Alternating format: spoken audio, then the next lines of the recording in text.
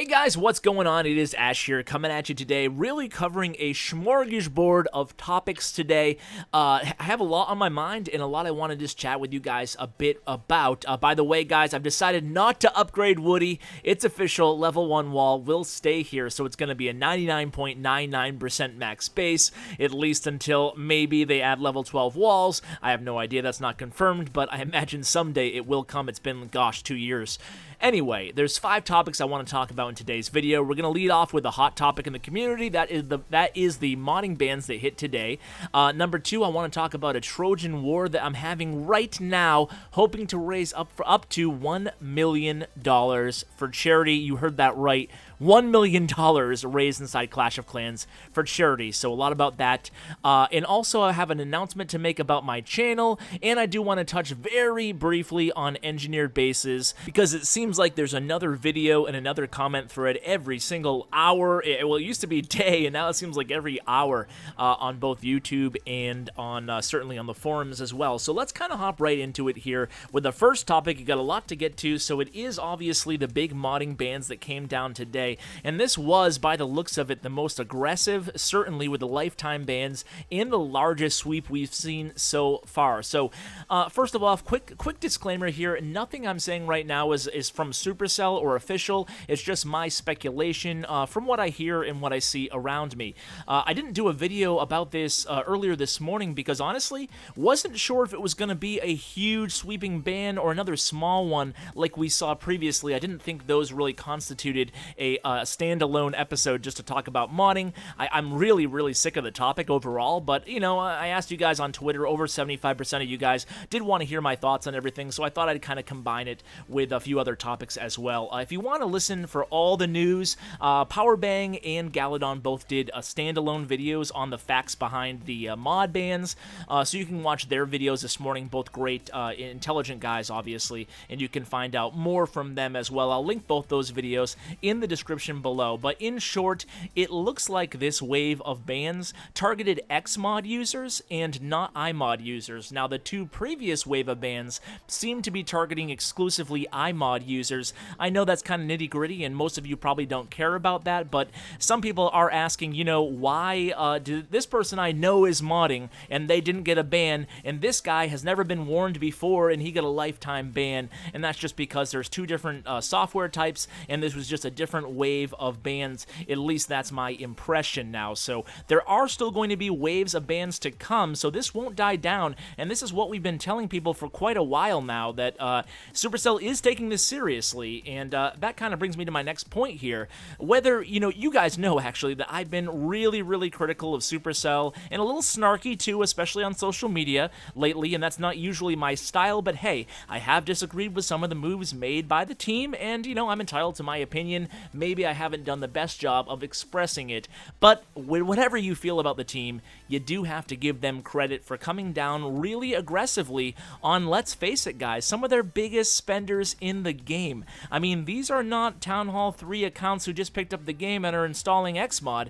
These are people who are big spenders. These are legendary accounts at Town Hall 11s in Legend League. These are people who are big hardcore war people. You saw the list on Twitter, maybe you haven't, or on Reddit, but you can see the postings of clans that lost people. It's really staggering here, the number of people who were removed from the game last night. It is a lot, and then you have all kinds of drama added onto that. You guys may have seen or heard that In the Dark's clan was hacked, and they have to restructure.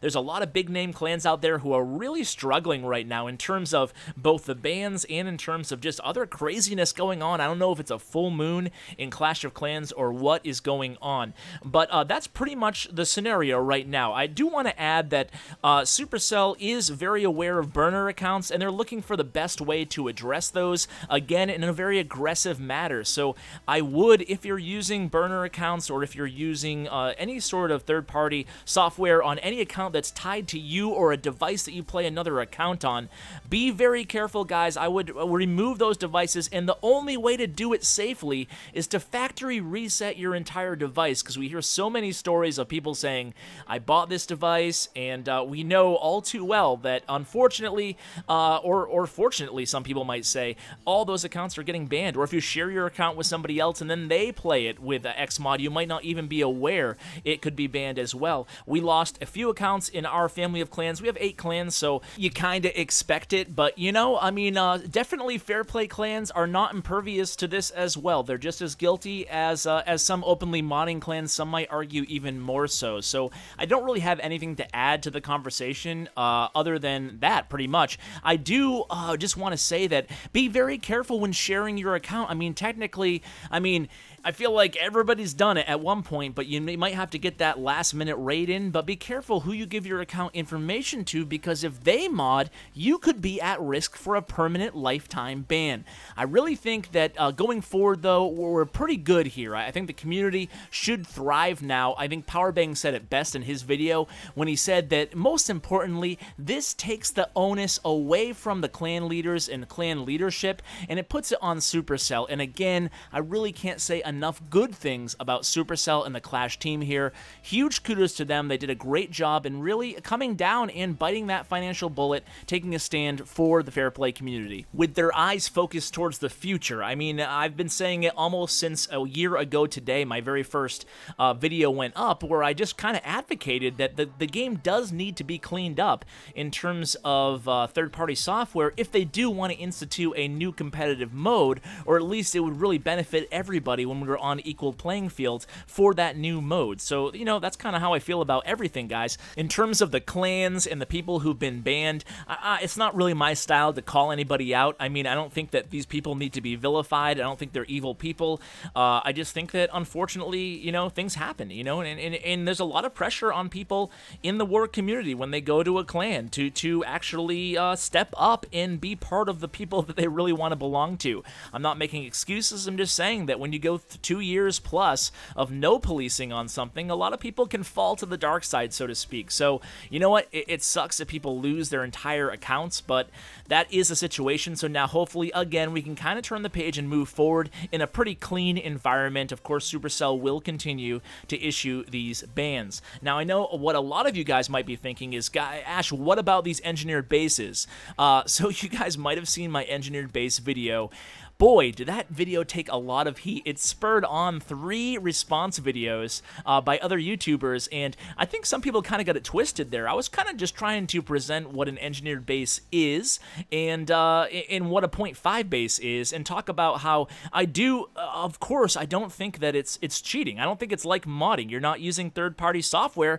I think it's just exploiting something that Supercell needs to kind of fix, and that's just a very flawed matchmaking process. So I'm kind of taking both sides. I'm kind of riding the fence here, but that's kind of how I really truly feel about it. I don't think these people should be banned. I know some people think they should be, you know, tarred and feathered out there, but I think that with some tweaks to the whole algorithm behind the matchmaking system under the hood, this probably could be relatively easily solved. Now, the developers did weigh in on this, responding to Locke from the community forums, and he asked them, what do you think about engineered bases? And they had a pretty obvious and simple answer, but also something that I think a lot of you guys might find valuable.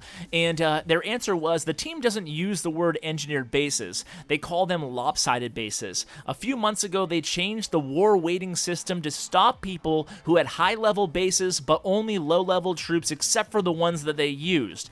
But then people learned to do the opposite.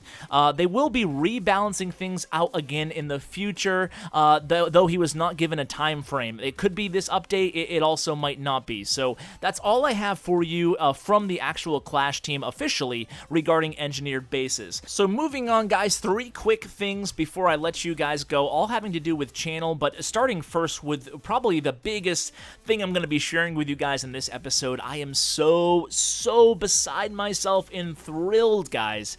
I have a angel donor, I guess you would call it, who has pledged to donate up to $1 million. $1 million to the Baton Rouge flood victims, and this is just, I'm beside myself, guys. I just can't believe this. There'll be plenty more details coming at you guys soon regarding this, but in short, we're having another Trojan event. It will be my 3rd Trojan event on Clash of Clans, and what we're gonna do is, for every viewer who comments with the hashtag I provide, something about Trojan charity or Trojan, something along those lines, but whoever comments that, this investor or this donator, I don't even know, philanthropist, anonymous, so to be the word I'm looking for here, is going to donate $10 per comment. So if we can share this, get some help maybe from other YouTubers to share this. I don't even care if you dislike the video. I'm not even going to monetize the video. It's not about me here. I just want to help do as much good as I possibly can by spreading the word, and yeah, that's going to be happening really soon. So guys, I'm so excited about that.